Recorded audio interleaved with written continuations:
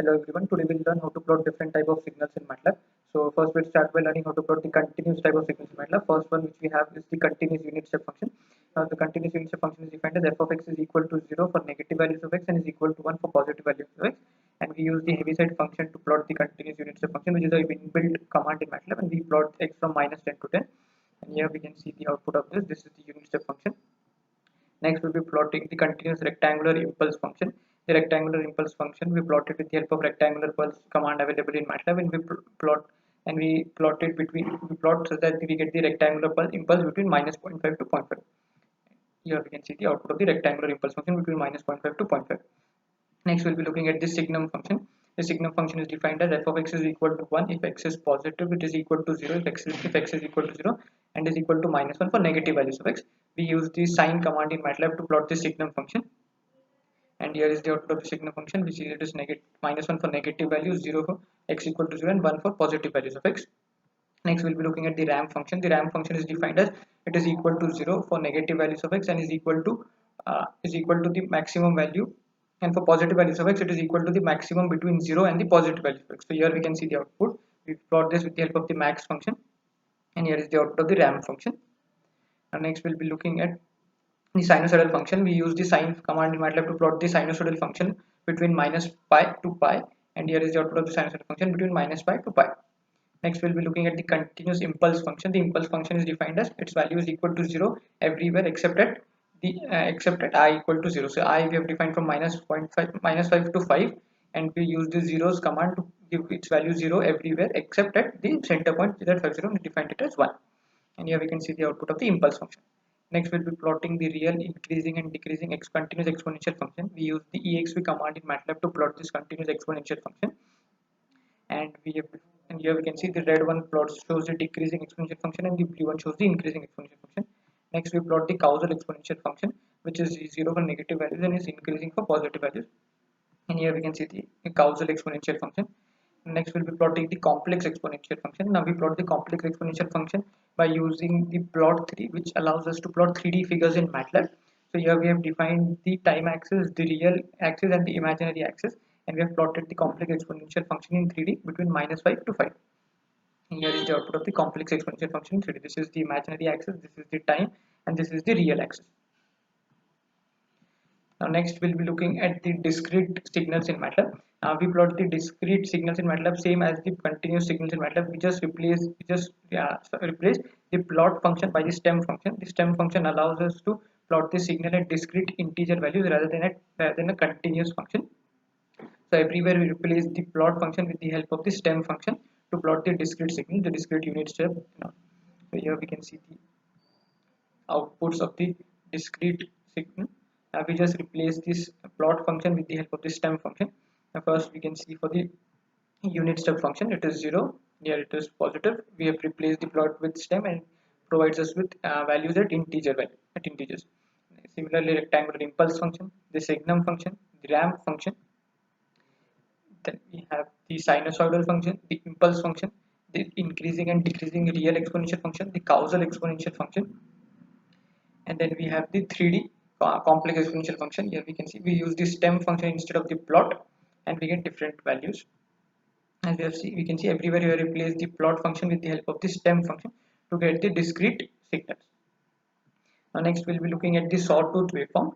Now we plot a sawtooth waveform in MATLAB with a period 3. So here we have defined 10 sawtooth waveforms with each with a period of 3. This is the continuous sawtooth waveform. This is the discrete. In discrete, we replace this plot function with the help of the stem function. And here we can see in the output. This is the continuous sawtooth waveform, and this is the discrete sawtooth waveform. We have replaced the plot with stem, and here we can see the output. Next is the periodic pulse waveform. We plot the periodic pulse waveform with the help of the pulse length for command available in MATLAB. We define the width of the pulse as 1, and the pulse period, and we have to plot a pulse with a time period of 4 seconds and a pulse width of 1. So here we have defined pulse width as 1 and pulse period as 4. We plot 16 such pulse each with a time period of 4. And here we can see the output. We have plot 16, and this is the periodic pulse waveform each with a time period of 4. Next is the periodic square waveform. We plot the periodic square waveform using the offset and the square wave command in MATLAB. We define the time. We have given the time period of the square waveform as 4 seconds. and we start the waveform at 0 and end it at 50, means we have provided 50 inputs and the amplitude is 2.2. So E goes from 0 to 50, and here we put the, and here is the output. E goes from 0 to 50, and this is the periodic square waveform. Next is the continuous triangular waveform with a period of 3. The continuous triangular waveform we plotted with the help of the sawtooth waveform by defining it a interval between each sawtooth. Here is the triangular waveform with a period of 3. Here is time waveform.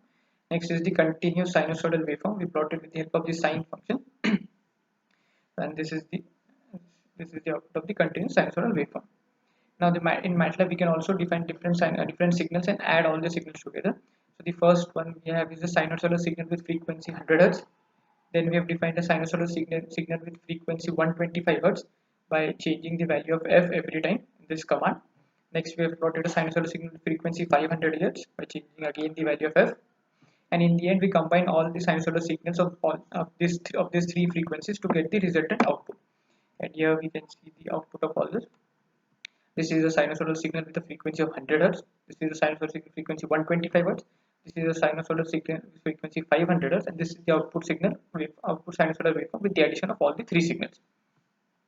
The MATLAB also allows us to multiply two or more signals. So here first we have defined a sinusoidal waveform with a frequency of 1000 Hz and an amplitude of 1. Then we define a sinusoidal waveform with a frequency.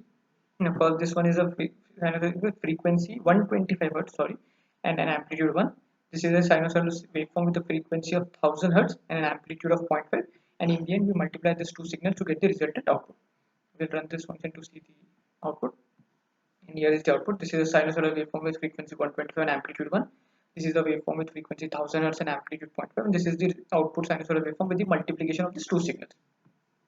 In MATLAB, we can also plot different types of apps. In MATLAB, we can also make different types of apps to configure to our needs. So here we have built an app which provides us to see different types of plots by providing the input as to which signal we would like to see. So if I just run this,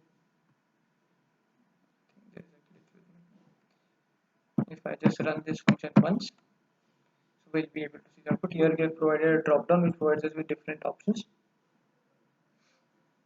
Here we have different types of signals: sine signal, impulse signal, exponential signal, sawtooth. And if we press on show plot, it will show us the result.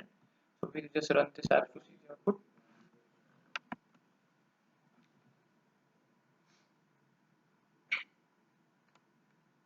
It is taking a little time to process. So we'll just wait for MATLAB to do all the commands behind the screen.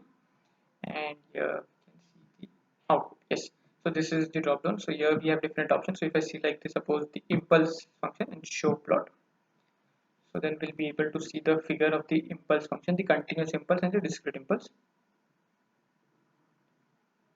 Just take a little time to load. Yeah, here is the output. So this is the impulse function, this is the continuous impulse, and this is the discrete impulse function. And similarly, we can select any other function over here.